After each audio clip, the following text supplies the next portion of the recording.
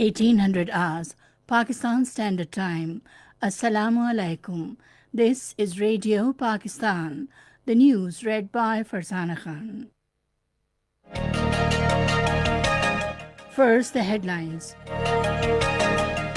President has urged international community to take notice of atrocities being perpetrated by India against Muslims and other minority groups. Britain commended Pakistan's conciliatory efforts for peace in Afghanistan and appreciated the strategy to cope with COVID-19. World Health Organization says COVID-19 vaccines will be available in December or early 2021 for submission to regulate for approval. Pakistan stands for peace and will welcome any dialogue with India if Kashmiris are recognized as the rightful principal party in any dialogue and India stops sponsoring terrorism against Pakistan.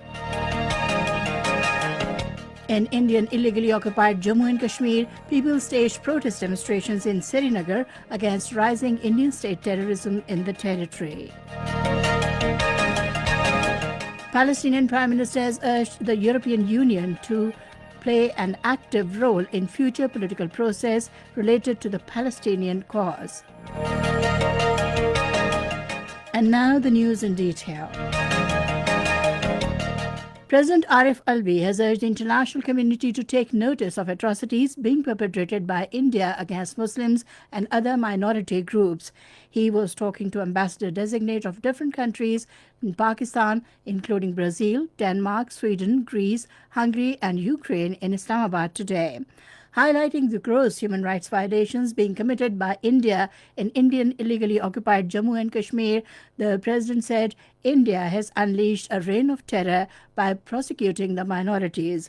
The president said Pakistan is making efforts for promoting peace and stability in the region. Earlier, the ambassadors designate presented their credentials to the president. Prime Minister Imran Khan will inaugurate Tiger Force portal on Saturday next to enable youth to play their role in controlling prices of essential commodities and improve governance. Talking to media in Islamabad today, the Prime Minister's Special Assistant on Youth Affairs, Usman Dar, said test run of the portal has already begun and 172,000 volunteers from across Pakistan have been registered with the platform so far. Usman Dar said the Tiger Force has played a tremendous role in government's efforts to prevent the spread of coronavirus. Foreign Minister Shah Mahmood Qureshi says Pakistan is desirous to further promote trade partnership with the UK. Talking to the British High Commissioner, Dr. Christian Turner, in Islamabad today, Shah Mahmood Qureshi said Pakistan and Britain enjoy deep and long-standing bilateral relations. Alluding to the Indian atrocities in illegally occupied Jammu and Kashmir, the foreign minister urged the international community to play its role for the resolution of Kashmir dispute as per the UN Security Council resolutions. The British High Commissioner commended Pakistan's conciliatory efforts for peace in Afghanistan and appreciated Pakistan's strategy to cope with COVID-19. The two sides also discussed ways to promote cooperation in the areas of climate change, education and tourism. British Airways has begun its flights to Pakistan. The airline's first flight, BA259, landed in Lahore from Heathrow in the wee hours today. The World Health Organization says COVID-19 vaccines will probably be available in December or early 2021 for submission to regulate for approval. In a statement, WHO's head of access to medicine and health products said that the vaccine developed would have to be licensed in the country where the trial took place. Earlier, the WHO Director General, Dr. Tedros Ghebreyesus, spoke out against the concept of reaching out to so-called herd community by letting the virus spread.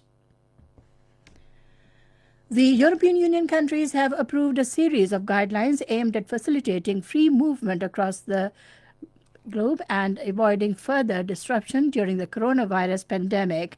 During a meeting in Luxembourg, envoys for the 27 member states agreed on a common approach to travel restrictions and testing to help citizens and workers get more clarity on how they can transit across the continent. International Day for Disaster Risk Reduction is being observed today to promote a global culture of risk awareness and disaster reduction. The day is also aimed at overarranging individuals, communities, and governments to take part in building more disaster resilient communities and nations. On the occasion, Pakistan has called for redoubling global efforts, including the sharing of experiences, knowledge, and transfer of technology to mitigate risks of disasters and to save lives. In a statement, the Foreign Office said the United Nations and other international platforms should make efforts to implement these measures. The Foreign Office said Pakistan has strengthened the response capacity of the institutions at all levels. The strength of the government system was tested when the first wave of COVID-19 pandemic was successfully contained and its long-term socio-economic impact effectively mitigated. The Foreign Office said Pakistan launched its renewed National Disaster Response Plan 2019 with a view to improving the level of preparedness and strengthening the capacity of the country to respond.